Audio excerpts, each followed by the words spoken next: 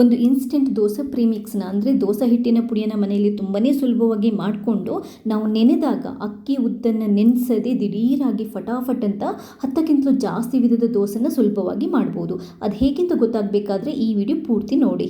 ನಿಮಗೆ ನನ್ನ ಈ ವಿಡಿಯೋ ಇಷ್ಟ ಆದರೆ ಲೈಕ್ ಮಾಡಿ, ಹಾಗೆಯೇ ಇಲ್ಲಿ ತನಕ ನೀವು ಯಾರಾದರೂ ನನ್ನ ಚಾನೆಲ್ಗೆ ಸಬ್ಸ್ಕ್ರೈಬ್ ಆಗಿಲ್ಲದಿದ್ದರೆ ಸಬ್ಸ್ಕ್ರೈಬ್ ಆಗಿ, ಯಾಕಂತಂದರೆ ನಾನು ನೆಕ್ಸ್ಟ್ ಹಾಕುವಂಥ ಕೂಡ ಎಲ್ಲ ವೀಡಿಯೋಗಳನ್ನು ನೀವು ಮಿಸ್ ಮಾಡದೆ ನೋಡ್ಕೋಬೋದು. ಥ್ಯಾಂಕ್ಸ್ ಎಲ್ರಿಗೂ. ಈ ದೋಸೆ ಹಿಟ್ಟಿನ ಪುಡಿಯನ್ನು ಮಾಡಲಿಕ್ಕೆ ಸ್ಟವ್ ಮೇಲೆ ಒಂದು ಪ್ಯಾನ್ ಇಟ್ಬಿಟ್ಟು ಅದನ್ನ ಸ್ವಲ್ಪ ಕಾಯಿಸ್ಕೊಳ್ಳಿ.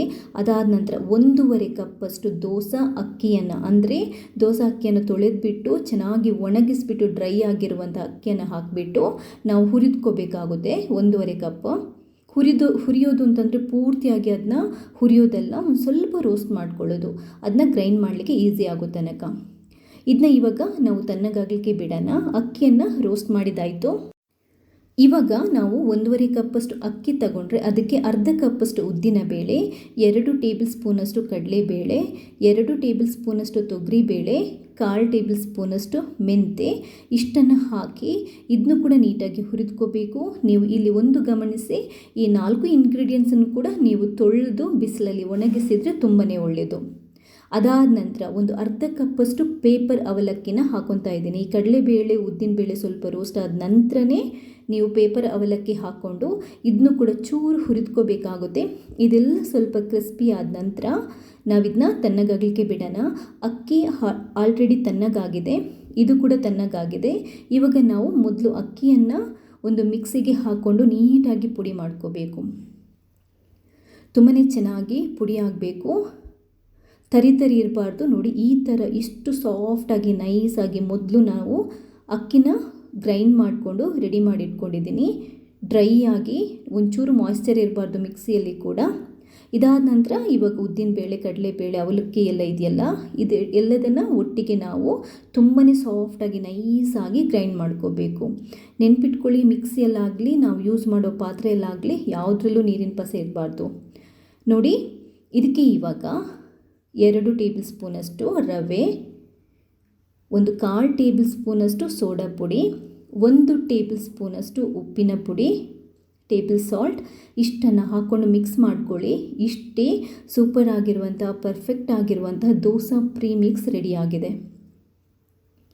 ಈ ದೋಸೆ ಹಿಟ್ಟಿನ ಪುಡಿಯನ್ನು ನಾವು ಇಟ್ಕೊಂಡು ಇದನ್ನ ಒಂದು ಡಬ್ಬದಲ್ಲಿ ಹಾಕಿ ಎಷ್ಟು ದಿನ ಬೇಕಾದರೂ ಸ್ಟೋರ್ ಮಾಡಿ ಇಡ್ಬೋದು. ಇದು ಇನ್ನೊಂದು ಏನು ಅಂತಂದರೆ ಡಬ್ಬದಲ್ಲಿ ಒಂದು ಚೂರು ಪಸೆ ಇರಬಾರ್ದು ಮತ್ತು ಈ ಸ್ಟೋರ್ ಮಾಡುವಂಥ ಡಬ್ಬ ಕಂಪ್ಲೀಟಾಗಿ ಕ್ಲೀನ್ ಆಗಿರಬೇಕು.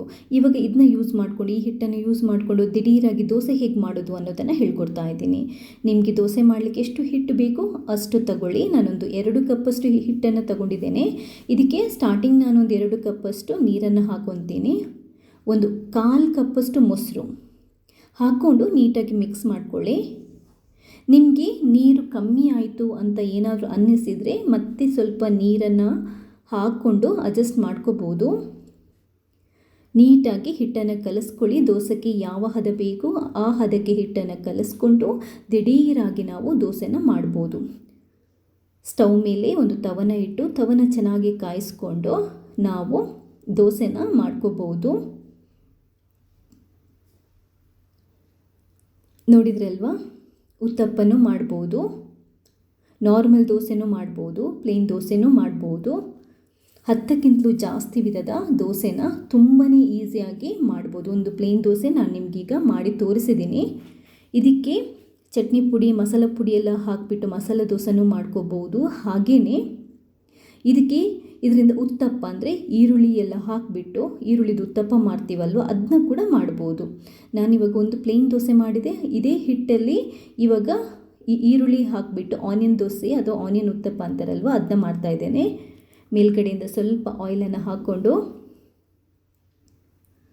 ನೋಡಿ ಈರುಳ್ಳಿ ದೋಸೆನ ರೆಡಿ ಮಾಡ್ತಾ ಇದ್ದೀನಿ. ನಿಮಗೆ ನೋಡಿದರೆ ಗೊತ್ತಾಗುತ್ತೆ ಎಷ್ಟು ಪರ್ಫೆಕ್ಟಾಗಿ, ಎಷ್ಟು ನೀಟಾಗಿ ಈ ದೋಸೆ ಬರ್ತಾ ಇದೆ ಅಂತ.